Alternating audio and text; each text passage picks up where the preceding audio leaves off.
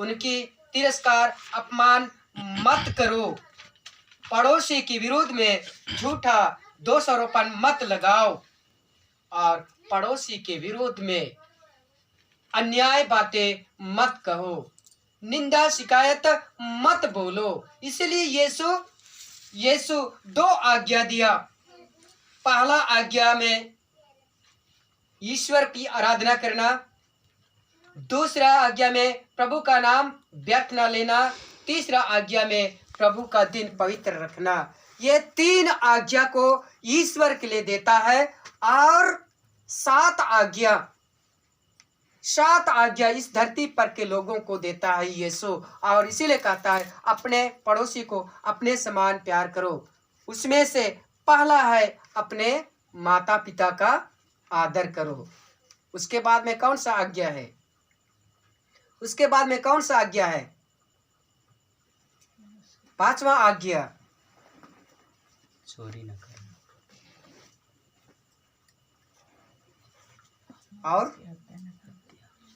क्या है? बोलिए 10 नियम की प्रार्थना। मैं पवित्र परमेश्वर हूँ, प्रभु परमेश्वर की आराधना करना, छोड़ किसी की नहीं। परमेश्वर का नाम व्यर्थ न लेना, प्रभु का दिन पवित्र रखना, माँ बाप का आदर करना, मनुष्य की हत्या न करना, व्यभिचार न करना, चोरी न करना, झूठी गवाही न देना, पर स्त्री की कामना न करना, पराय धन पर लालच न करना। इसीलिए यीशु ये 7 आज्ञा को पड़ोसियों के साथ जोड़ा है। ये 7 आज्ञा का जितना भी व्यवहारिक जीवन है, ये व्यवहारिक जीवन मेरे साथ, आपके साथ, समाज के साथ, परिवार के साथ जुड़ा हुआ है। तो इनके साथ किसी प्रकार की अन्याय नहीं होना है, इनके साथ किसी प्रकार की भेदभाव नहीं होना है, इनके साथ किसी प्रकार की मनमुटाव और लड़ाई झगड़ा नहीं होना है। इसलिए यीशु ये 7 नियम को समाज के लिए रख छोड़ा है। और बोलने से सहज लगा, लेकिन जब उसको पढ़ेंगे तो देखा जाता है हम बातों से हत्या करते हैं, बातों से माँ बाप का अनादर करते हैं, माँ बाप का अनादर करते हैं, सीधा सीधा ईश्वर की आज्ञा का उल्लंघन होता है। Hallelujah, hallelujah, hallelujah, hallelujah, hallelujah. इसलिए 10 आज्ञा तक निष्कपट मन से आचरण करना, निष्कपट मन से आचरण करना। ईश्वर और यीशु मसीह दोनों ईश्वर को प्यार करना, पड़ोसी को प्यार करना सिखाया और शिक्षा दी, आज्ञा दी। इसलिए रहस्यमय बातों को प्रकट रूप से ईश्वर भी और यीशु भी नहीं बताया। ईश्वर के लिए, यीशु के लिए दुनिया में कैसे, किस तरह का जीवन बिताना है, उसे पवित्र आत्मा रहस्यमय भेदों को प्रकट करता है, रहस्यमय भेदों को प्रकट करता है। यूहन्ना का सुसमाचार 15 पद संख्या 17, अपने पड़ोसी को अपने समान प्यार करो। और आगे यूहन्ना का सुसमाचार अध्याय 6 पद संख्या 55 से 58, जब तक तुम मेरा मांस और रक्त नहीं पियोगे तो तुम्हें जीवन प्राप्त नहीं होगा, क्योंकि मेरा मांस सच्चा भोजन है और मेरा रक्त सच्चा पेय है।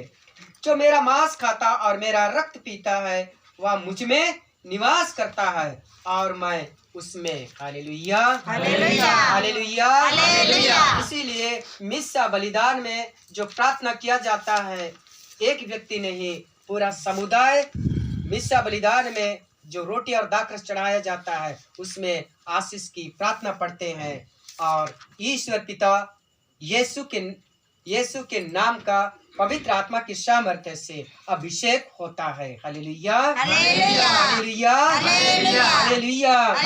यूहन्ना का सुसमाचार 6:60, बहुत से शिष्यों ने सुना और कहा, यह तो कठोर शिक्षा है, इसे कौन मान सकता है, कौन मान सकता है। यीशु कहा, मेरा रक्त और मेरा मांस खाएगा। यदि आज यीशु का रक्त और मांस एक रोटी के रूप में और एक रक्त के दाखरस के रूप में लिया जाता है, लेकिन उसका और भी कड़वी शब्द है, वह है वचन। वह है वचन जिसे हम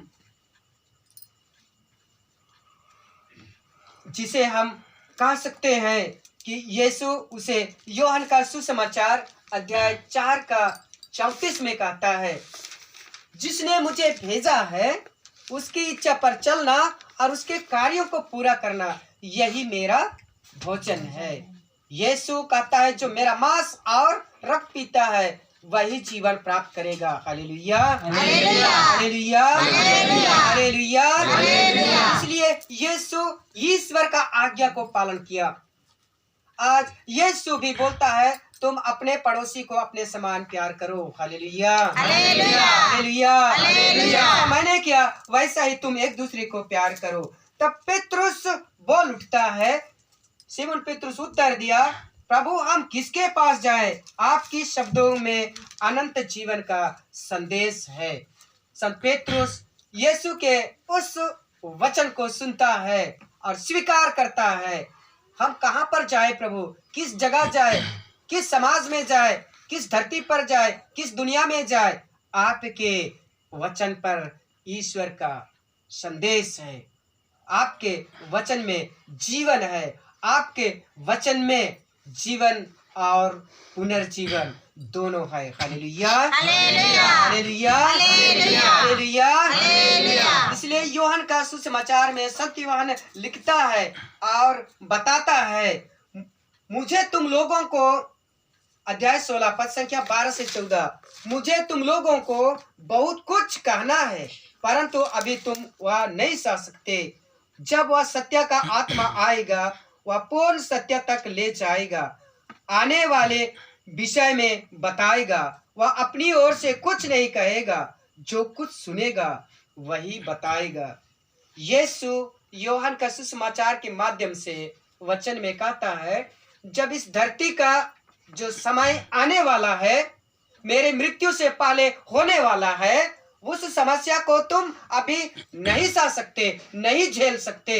आगे यीशु बात कर अचस कि दुनिया ही सामने नो जब विपत्ति और इंगा के मनो खोले नीम चंबर छिन भिन मरो मनोर कालोर, मैं चरवाहे को मारूंगा और सब भेड़े तितर बितर हो जाएंगे। भविष्यवाणी था। इसीलिए यीशु ये पवित्र शुक्रवार का दिन को इंगित किया था, इशारा किया था कि वह समस्या जो सामने आएगा उसे तुम लोग स्वीकार नहीं कर पाओगे, तुम सह नहीं पाओगे, लेकिन उससे स्वीकार करने के लिए, उसे सहन करने के लिए तुम्हारे पास एक आत्मा आएगा, ईश्वर का आत्मा आएगा। वह तुमको शक्ति देगा, वह तुमको सामर्थ्य देगा, वो तुमको रास्ता बताएगा, वो तुमको शिक्षा देने के लिए बताएगा। उसी के कहने पर तुम आगे बढ़ सकते हो, अभी तुम उसे पूरा नहीं कर पाओगे। प्रेरित चरित्र अध्याय 1 पद संख्या 2, जिन्हें ईसा उस दिन तक करते और सिखाते रहे जिस दिन वह स्वर्ग में आरोहित कर लिए गए।